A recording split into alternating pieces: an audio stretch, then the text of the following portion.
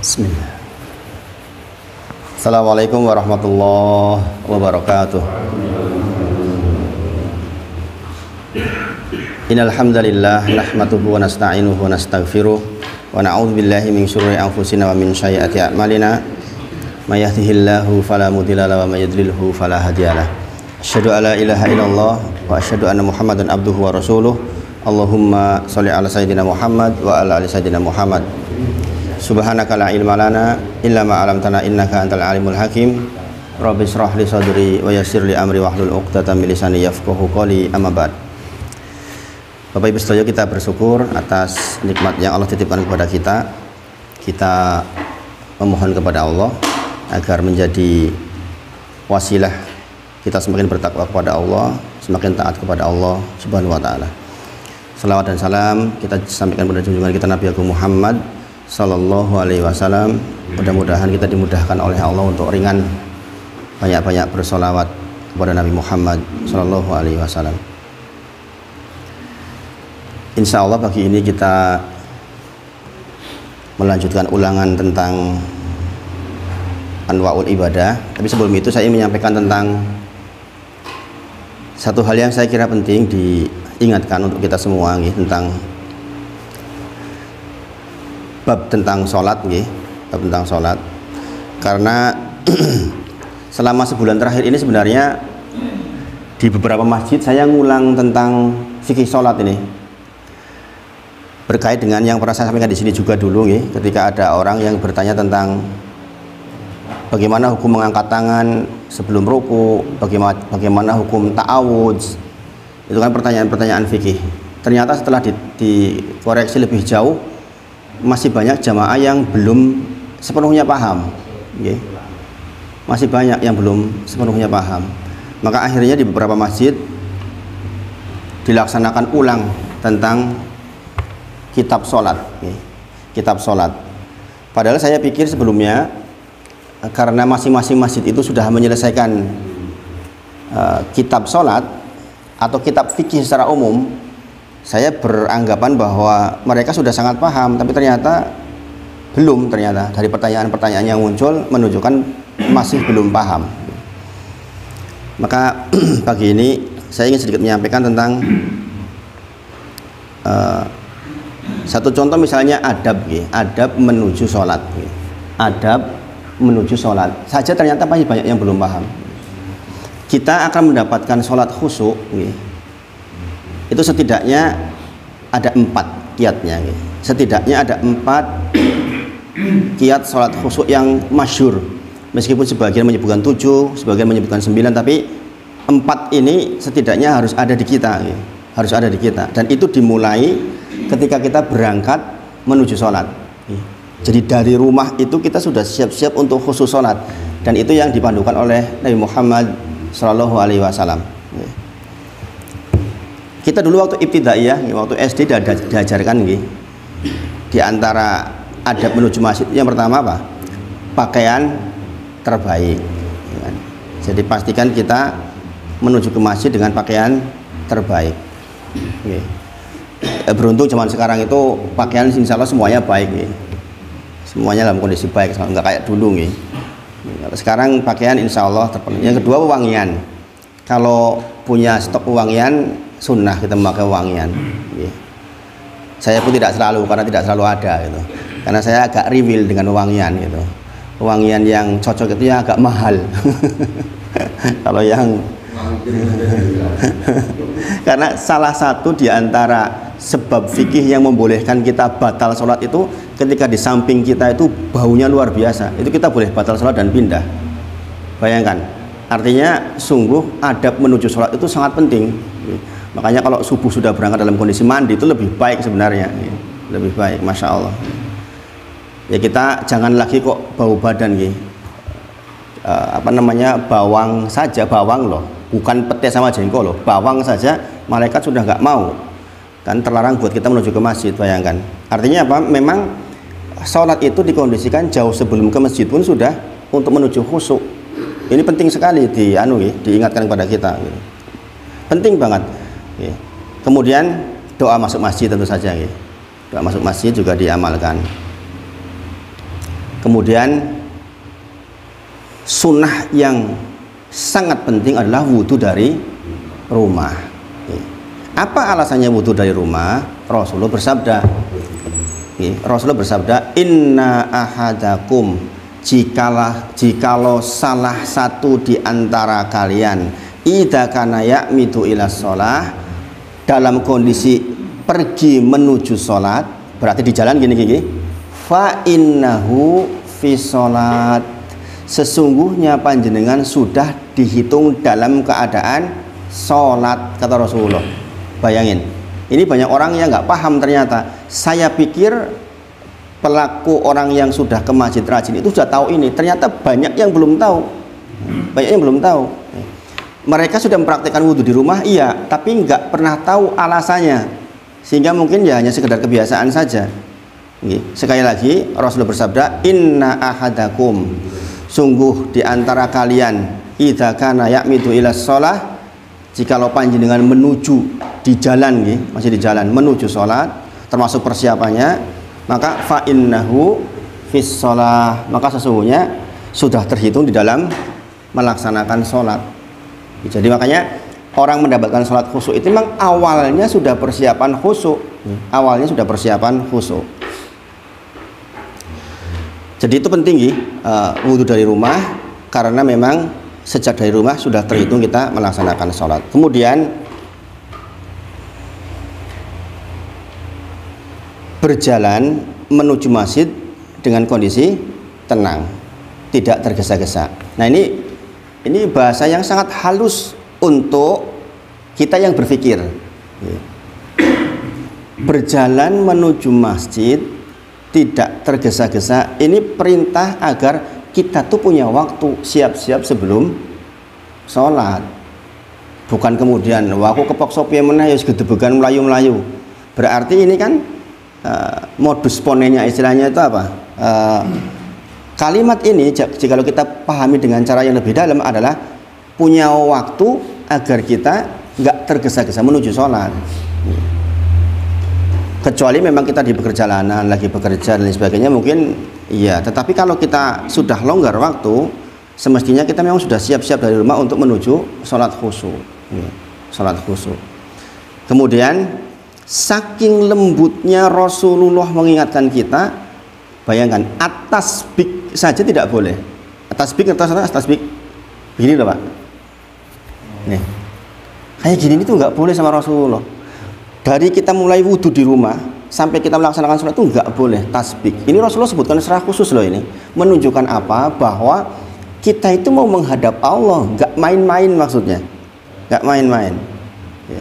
Ya, Masya Allah, ini hal seperti ini sesungguhnya harus sangat dipahami, sehingga ketika kita sholat sudah pada situasi kita khusyuk. Bukankah kita ingat betul di antara keberuntungan orang adalah yang sholatnya khusyuk? Surah Al-Mu'minun, qad aflahal mu'minun, sungguh beruntung orang mukmin itu. Siapa yang beruntung? Alladzina hum fi sholatihim khashi'un, adalah mereka orang-orang yang sholatnya khusyuk. Dan khusyuk itu dibentuk dari rumah. Sudah sejak dari rumah sudah berlatih untuk khusyuk, maka at-tasbih pun dilarang. Nah Bapak Ibu Sedoyo, mundur sedikit tentang keutamaan. Jadi sebenarnya sebelum belajar adab itu belajar keutamaan sholat. Salah satu keutamaan sholat itu apa? Yang paling utama, dia adalah ibadah yang pertama kali dihisab. Kita tahu ini, dan itu kita sejak kecil sudah ditanamkan seperti ini kan. Ini harus nunjem banget ini. Dan kita tahu kalau geser sedikit lagi ke depan, sejarah sholat itu pertamanya disuruh berapa sih? 50. Bukan waktunya setelah Isra Mi'raj. Kalau pertama awal ya dua waktu. Kemudian 2 rakaat juga, duhur juga 2 rakaat, asar 2 rakaat. Tapi setelah kemudian Isra Mi'raj, Allah berkehendak atas kita itu berapa? 50 waktu. Ini apa nggih? Kemudian ketemu Nabi Musa, kita tahu ceritanya nggih, akhirnya sampai jadi 5. Berarti Bapak Ibu Sedoyo, setiap satu sholat itu bernilai berapa? 10 sholat bobotnya. Iya kan? Karena tadinya diminta berapa? 50. Coba Bapak Ibu Sedoyo, sekarang kita bayangkan, ini yang menghendaki 50 itu siapa? Allah Subhanahu wa taala yang menciptakan kita, yang mengatur alam semesta, yang menghidupkan kita, yang akan mematikan kita, membangkitkan kita, menghisap kita, memasukkan kita ke surga atau neraka. Itu awalnya menghendaki 50. Artinya apa? Ini ibadah yang sangat dicintai oleh Allah. Gini Bang. Kalau kita goal 50 dulu, berarti setiap berapa jam itu kita sholat? Nggak nyampe 30 menit loh kita sholat harusnya. Ya kan? Satu hari satu malam 24 jam. Kalau kita 50 waktu, setengah jam menghadap Allah, setengah jam menghadap Allah, setengah jam menghadap Allah, setengah jam menghadap Allah, nggak sampai setengah jam. Aslinya sholat itu diminta sama Allah tuh begitu itu, bayangkan. Dan makanya kalau kita tahu sejarah ini, kok nggak mau berangkat sholat tepat waktu itu sebenarnya bermasalah. Ini loh pentingnya kita belajar tentang fikih sholat jauh sebelum fikihnya itu sendiri. Kadang-kadang orang belajar langsung ke tata caranya kan. Makanya yang sini saya ajarkan, ini saya mulai ini di beberapa masjid dari sejarahnya dulu supaya paham betul. Kemudian keutamaan yang paling kita pegangi diantaranya adalah, selain ini adalah yang dihisab pertama, maka dia adalah wassolatu nuron. Sholat itu cahaya. Sholat itu cahaya, dan ini disepakati oleh para ulama. Dalilnya sangat banyak. Seseorang yang rajin melaksanakan sholat malam, dia bercahaya di siang harinya. Ini hadisnya maudhu, tapi maknanya benar. Makanya sering ada kata-kata begini, kalau mau bisnis atau kalau mau punya urusan di siang hari, bangunlah malam, karena akan memudahkan di siang hari. Karena orang melihat saja sudah senang. Ini kan penting kita pahami. Kemudian cahaya di mana lagi? Cahaya ketika di padang mahsyar. Ini cahaya yang diperebutkan oleh orang-orang munafik dan orang-orang kafir. Orang munafik, Bapak Ibu Sedoyo, orang munafik itu sebenarnya definisinya orang kafir tapi nggak mau menunjukkan kekafirannya. Itu orang munafik di zaman Rasulullah. Janjane kafir, tetapi karena izahnya kaum muslimin waktu itu hebat, izahnya kuat, kehormatan kaum muslimin waktu itu tuh tinggi, sehingga mereka tuh takut. Sekarang orang menunjukkan kemunafikan enak saja, karena apa? Orang Islamnya sendiri nggak menakutkan. Kitanya sendiri nggak menakutkan. Maka orang-orang munafik pada waktu itu mengatakan, kenapa saya ditinggal? Karena dia sempat dapat cahaya sedikit di padang mahsyar, kemudian sedikit pet. Ketika pet mati, dia mengatakan, kenapa kalian tinggalkan saya? Bukankah saya dulu seperti kalian juga seorang muslim? Itu muslim yang munafik. Kalau orang kafir jelas langsung ke neraka jahanam tanpa cahaya. Dan cahaya sholat itu juga ada di alam barzah sebelum ke akhirat. Kita tahu asalnya barzah itu sempit dan gelap. Gelap identik dengan sumpek, dan kita nggak tahu loh di situ berapa lama. Nabi Adam alaihissalam sampai sekarang udah berapa puluh ribu tahun coba di alam barzah. Nabi Muhammad SAW udah 1444 tahun plus minus, kurang dari itu, 1400 tahunan di alam barzah. Kita pun akan masuk ke situ dengan asal hukum awalnya adalah gelap dan sempit, menjadi terang karena alasan sholat kita. Bayangin, bagaimana mungkin kita nggak khusyuk kalau tahu yang beginian. Nah, ini saya katakan belajar fikih sholat itu dimulai dari situ, dan ternyata ini di masjid lain juga nggak paham yang seperti ini, padahal mereka sudah menyelesaikan kitab fikih. Saya kan berprasangka baik sudah sangat paham, ternyata yang seperti ini belum paham, sehingga kualitas sholatnya bisa jadi sangat kurang bagus. Kemudian cahaya di sirat, ini juga yang sangat penting. Di sirat itu kita butuh cahaya walaupun sekecil apapun. Keberhasilan kita melewati sirat diantaranya karena ada cahaya, dan cahaya itu dari sholat kita. Maka Bapak Ibu Sedoyo, wassolatu nuron, maka diantara adab dengan menuju ke sholat, maupun baik itu di rumah maupun di masjid, diantaranya adalah kita berdoa menuju sholat itu. Berdoa perjalanan menuju masjid, bagaimana doanya? Ini harus paham ini, jangan-jangan juga belum hafal. Harus dihafal ini. Saya di mobil mesti mengucapkan hal seperti ini. Perjalanan menuju masjid atau kita jalan kaki itu, Allahumma ja'alni fi qalbi nuron. Ya Allah, saya mohon kepada Engkau dijadikan di dalam qalbi ini cahaya. Wa fi lisani nuron. Ininya juga apa namanya? Lisannya nuron. Ya kan? Wa fi sam'i nuron. Itu doanya tuh kita minta cahaya semuanya tuh. Allahumma ja'al fi qalbi nuron, wa fi lisani nuron, wa fi sam'i nuron, wa fi basari nuron, pandangan saya, pendengaran saya semuanya adalah cahaya. Wa ja'al khalfi nuron, kemudian Wa amami di depan saya nuron, khulf itu di belakang ya. Min fauqi di atas kita nuron, wa min tahti nuron di bawah saya nuron cahaya. Itu cahaya terus yang kita minta tuh sepanjang menuju sholat. Nah ini adab ini seharusnya kita paham, kemudian kita praktekkan sehingga kita menuju sholat dalam kondisi khusyuk dan sholatnya akan mendapatkan sholat khusyuk. Gitu. Nah ini saya mengingatkan, meskipun saya yakin jenengan sudah mudah-mudahan sudah paham ya yang seperti ini. Kemudian terkait dengan hal sholat khusyuk, ini juga ditanyakan ternyata sama jamaah ya. Ustadz, bagaimana mendapatkan sholat khusyuk sementara saya nggak paham apa yang dibaca oleh imam? Itu pertanyaannya. Ya pertanyaan bagus tuh itu. Jadi ini pertanyaan orang yang sungguh-sungguh ingin mengerti, berarti dia khawatir betul. Saya katakan satu di antara 4 kiat sholat khusyuk. Pertanyaan itu nggak bisa dijawab sebenarnya. Jawabannya ya harus paham walaupun global. Makanya hari-hari kita bacalah Al-Quran dan artinya. Jangan lewat masa sehari tanpa kita membaca Al-Quran 1, 2, 3, 4, 5 ayat yang disertai dengan artinya.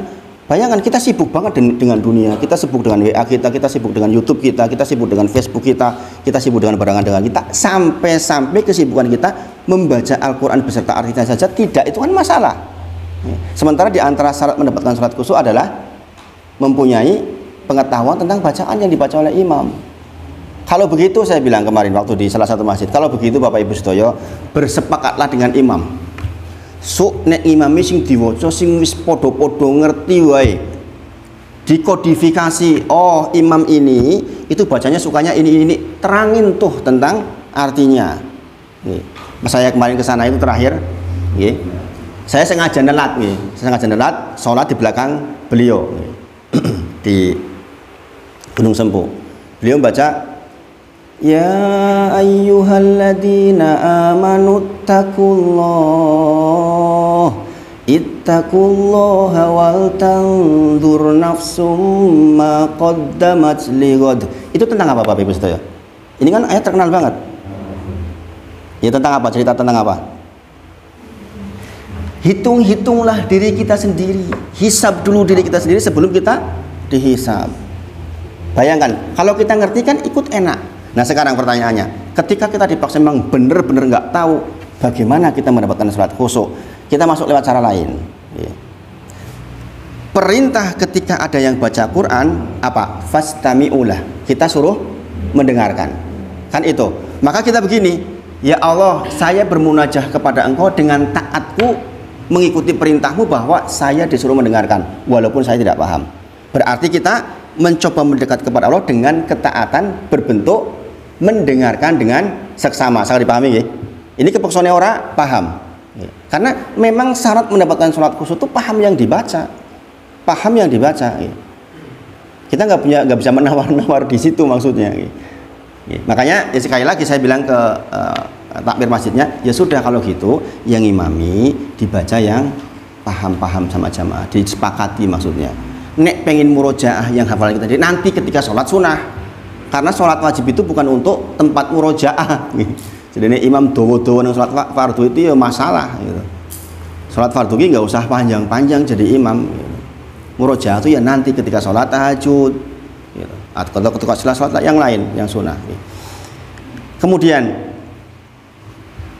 kalau misalnya kita terpaksa nggak paham, kita bisa masuk dengan bahwa sholat yang kita laksanakan ini adalah sholatnya muwadiin. Muwadiin itu orang yang mau meninggal maksudnya. Jadi kita hadir betul seolah-olah ini sholat terakhir kita, itu akan membantu kita khusyuk. Mungkin nggak setelah sholat kita meninggal? Ya, mungkin nganggo banget toh Bapak Ibu Sedoyo. Ini apa nggih? Itu kemarin Bunyai siapa tuh lagi baca wa ilahukum ilahu wahid, meninggal tuh. Padahal sepanjang di live itu tegas banget tuh.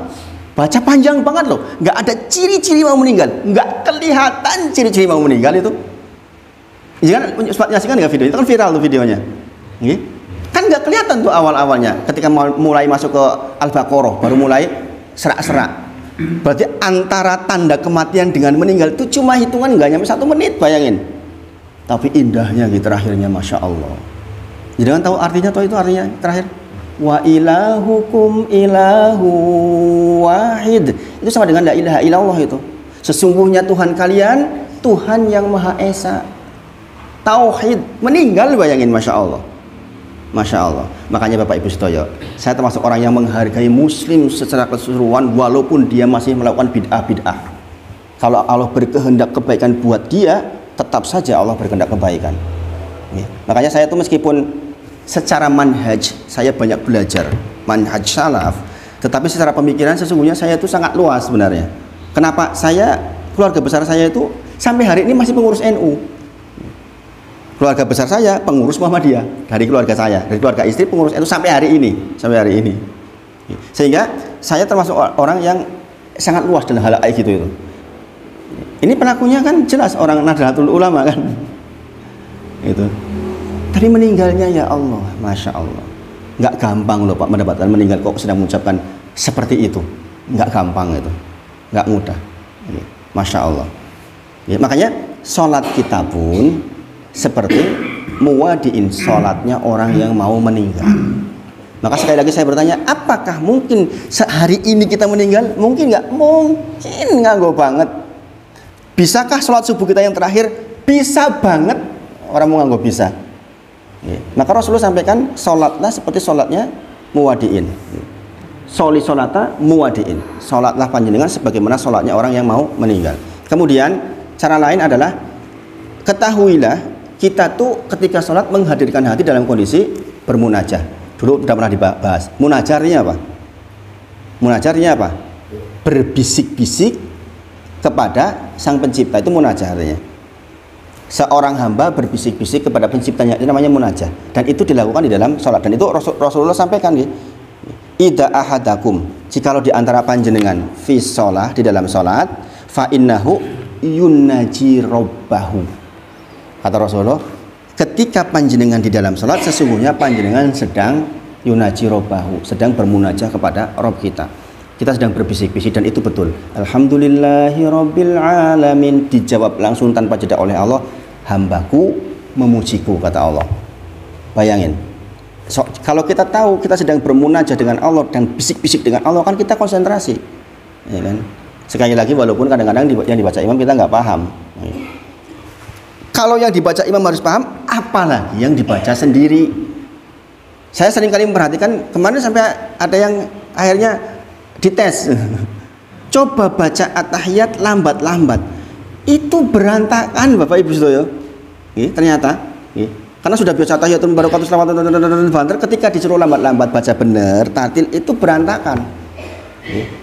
Apalagi ketika ditanya artinya, at-tahiyat opo artinya, nggak ngerti. Oh ini kita harus buka ulang kitab sholat kita supaya apa? Sholat kita berkualitas, kita khusyuk. Bapak Ibu Sedoyo, ini penting sekali. Makanya gara-gara itu dua masjid minta diulang kitab fikih, nambah ngaji waktunya. Gara-gara itu. Padahal gara-gara saya ya, gara-gara pertanyaan itu. Pengertian saya kalau masjid-masjid gede sudah paham seluruhnya, ternyata belum. Akhirnya perbaikan ulang. Nah itu terkait dengan sholat kita, mudah-mudahan ini bisa jadi pengingat. Nah saya kira itu yang disampaikan pagi ini. Kita akhiri dengan kafaratul majlis. Subhanakallahumma wa bihamdika asyhadu alla ilaha illa anta astaghfiruka wa atubu ilaik. Wa akhiru da'wana alhamdulillahirabbil alamin. Assalamualaikum warahmatullahi wabarakatuh.